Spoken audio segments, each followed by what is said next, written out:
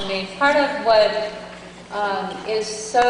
that really sort of fuels my passion for helping these kids is the success that I see when I work with them. Sam is a young man who I've been seeing for probably about 6 years, and I think you'll really enjoy hearing his story. He's just a really special young man, and he's done so well and had so many obstacles placed in his path and really come through all of them. It's kids like Sam and seeing the success and results in their life that really makes our job so rewarding. Please come up, Sam.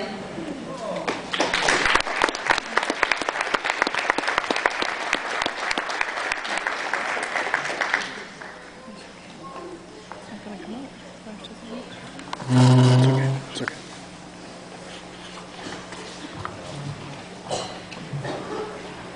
Good evening, everyone, and thank you for coming out to support this wonderful cause. As Marianne said, my name is Sam Dowd. I'm a freshman at Sacred Heart University in Fairfield, Connecticut, and I really am honored to have the opportunity to talk to you tonight about my experiences with bipolar disorder. As a bipolar teenager, I have endured hardships, and it is my triumphs that I'll share with you tonight. I'm a graduate of Holliston High School, where I was voted most dependable by my senior class as a result of hard work and dedication. I have received my confirmation, and through my church, I have traveled to Mississippi twice to help those displaced by Hurricane Katrina.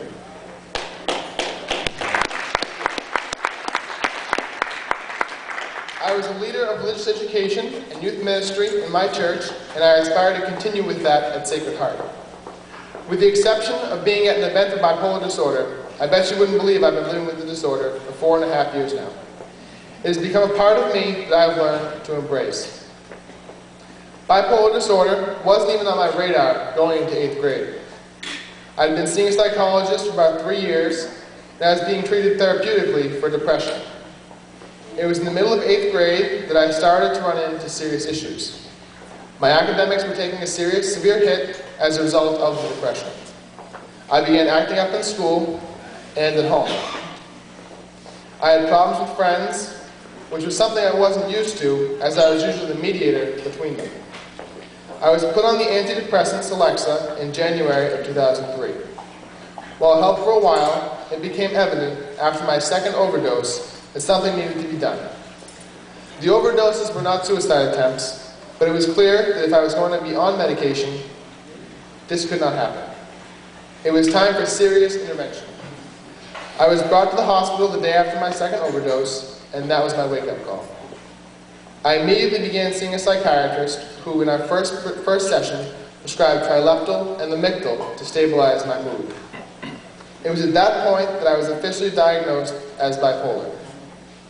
I'll be honest, I was afraid. I didn't know exactly what that meant.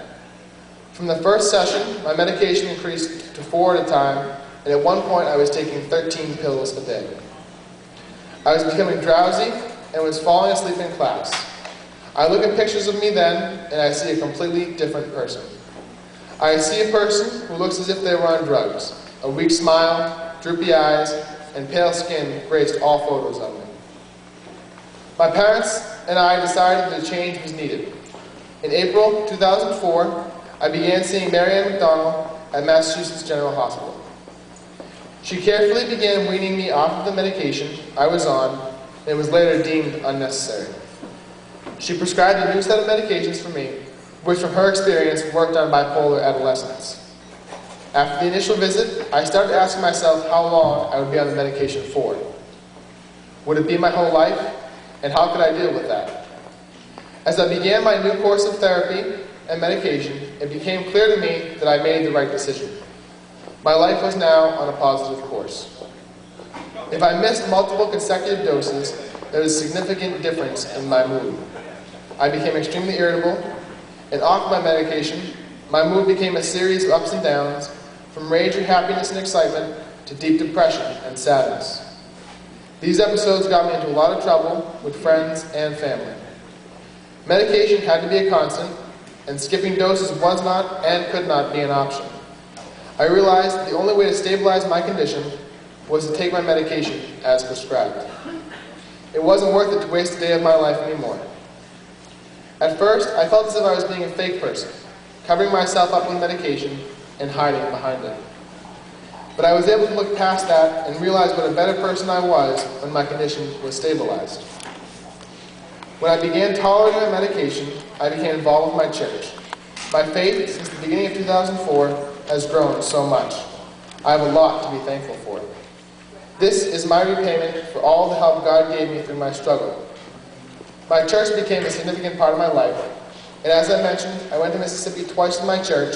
I did 2 week-long community service retreats and was a team leader for the high school religious education program. Coming closer to God turned my life around. It has helped me to develop my own set of values and morals. This part of my life I take pride in. In college, there is the peer pressure to do drugs, drink, and have sex. But I am managing. I intend to continue to hold on to my value system. And I pray that I won't be influenced by my environment and go down the wrong path. Living with bipolar disorder was tough at first. I was embarrassed to talk about it, even with my counselor. I have grown, however, to the point where I'm proud of it. I realized where I was 4 years ago and where I am now, and I am so proud of myself for coming this far. I am no longer embarrassed to tell people I am bipolar. I'm not afraid of the judgment that may occur. After being diagnosed, I was very nervous, again, not knowing what it entailed. However, once I realized the positive effect medication can have on treating the disorder, I saw that there was hope. As long as I stay on course with my medication, I know I will triumph over the disorder. I don't allow it to bring me down. I don't dwell on it. I promised myself I would beat it. And though I will have it for the rest of my life, I am proud to say it is a blessing in disguise. For I am able to come to an event such as this and share my experience with you. I hope that I have raised your awareness of the disorder.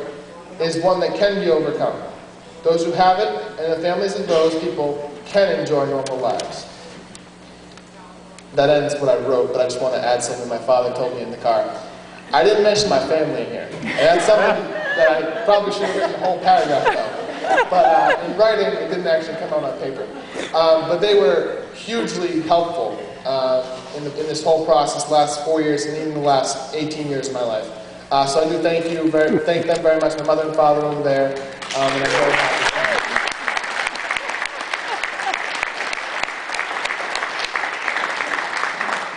And the one other person I got to thank is Mary Ann. That also did not show up for me. But I really appreciate it. I thank you for that. And I thank you all for coming out tonight and allowing me to share with you what I feel has been a blessing in disguise. It is my pleasure to share my story with you and offer hope to those afflicted by bipolar disorder. Thank you.